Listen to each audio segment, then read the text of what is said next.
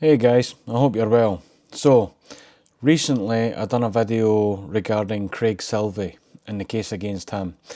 Now, in the last video I told you who he was, why it's so important, and whatever else. Hang on a second, my camera is giving me some issues. Right, there we go. In this one, what I'm going to do is I'm going to break down the charges and predict his potential sentence on that, right? Now, at the moment, it is currently in Magistrates Court, which is a local court. But that's really just a transit service. Now, in the Magistrates Court, the maximum they can give for each and every crime is 2 years, with a maximum for combined crimes 5 years. That's not what's going to happen in this case. Like I said, it's just a sort of transit service, and then that way it can get moved over to district court, because this is 100% where this case is going to go, right? The charges so far are producing child exploitation material, which falls under Criminal Code Section 218. Now that has a maximum of 10 years imprisonment. Distributing under Western Australia Criminal Code Section 219, again a maximum of 10 years imprisonment. Possessing under Code Section 220, maximum of 7 years imprisonment, and he's been done on 2 counts of that. So that's 4 charges altogether. Now, there is also a potential for federal charges or Commonwealth charges. The Australian legal system is quite complicated. He used a carriage service, in this case it was the internet. He falls under the Criminal Code Act 1995 of the Commonwealth statutes. I believe it's section, let's see if I've got this right, section 474.22, use of a carriage service for child abuse material. Oh, he's in trouble. He's in big trouble. But the thing is, it gets even worse than that. It seems like he's actually making things worse for himself. But I'm going to go into that towards the end of the video. Now, if he's convicted on multiple counts, the production, distribution and possession, the judge will decide if the sentences are concurrent, which means served at the same time, or if they're served consecutively, which means one after the other. Now in Australia, it's quite unusual for things like that to be served one after another. Regardless of what this crime actually was, it's quite unusual. Depending on the level of criminality, then they might do that. They might have like one sentence served consecutively after another one, but it's quite unusual. Although, given the fact that he was also arrested for production and it involved someone else who was already on the sex offenders register, that sort of implies that there's a much wider network involved. But we'll see how that goes as time goes on. And here's one that is very, very strange, and it might actually add more time on his sentence. Non-compliance.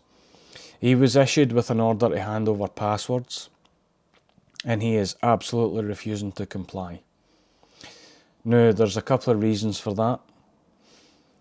I guess the first reason would be perhaps there was a wider network of paedophiles, which there almost certainly was, because when he was arrested, he was actually caught actively engaging with other offenders online at the time.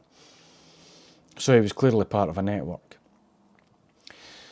Now, in these networks, they have a mutually assured destruction sort of thing going on. So if Craig Silvey decided to roll over on the rest of the network, they would data dump, which would make things so much worse for him if there was other material out there showing that he was involved with production or dissemination or anything else.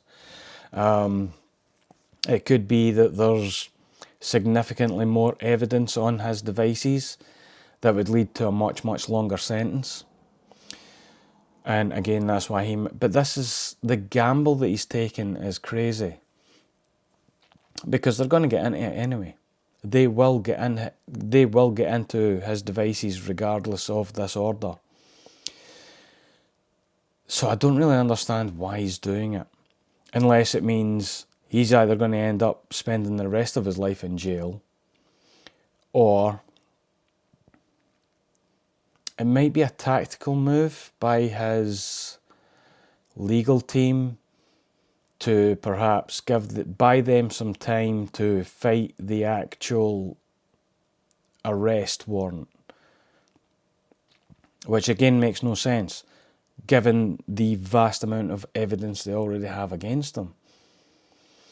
So I think it's a case of there's a very good chance on his devices there is so much more material that could see him landing a much, much larger sentence.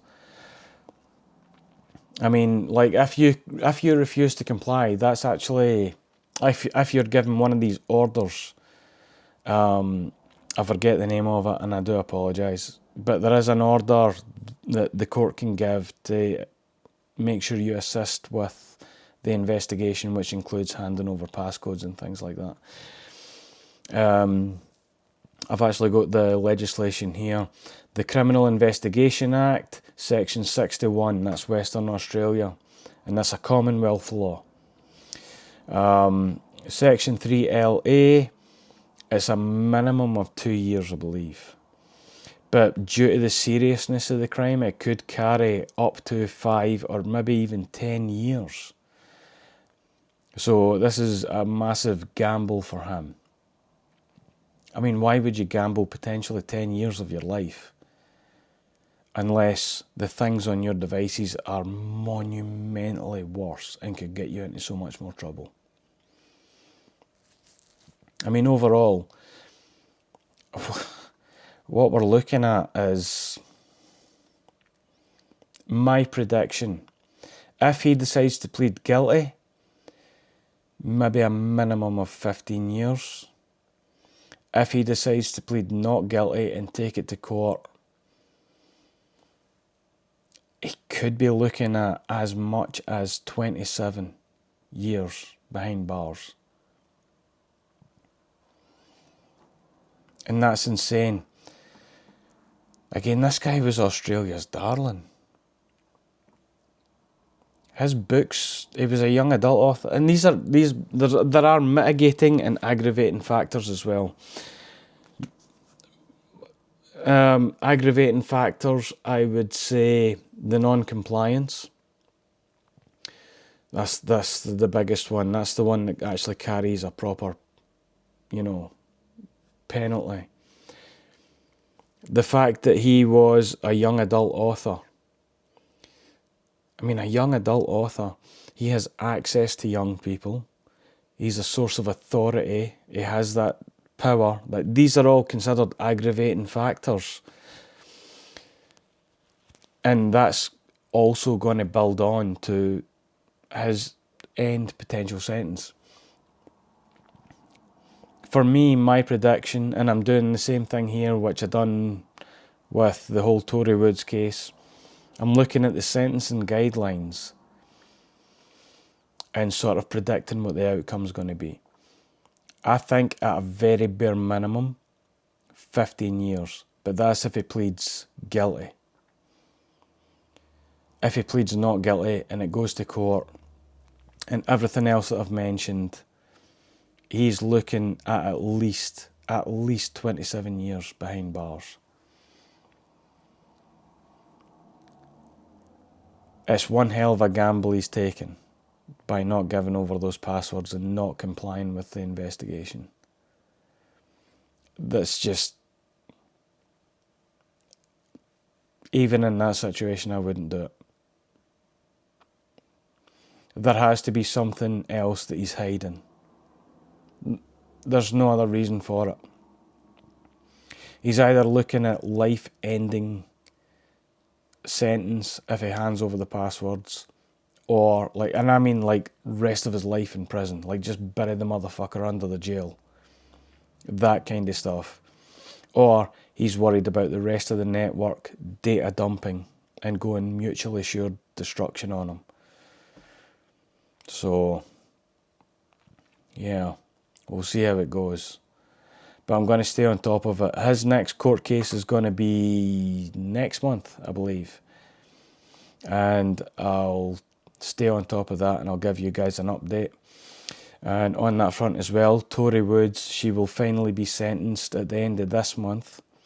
And I'll let you guys know what her punishment is for what she done as well. Anyway, crazy days in Australia, right? Stay safe, guys. I'll speak to you again soon.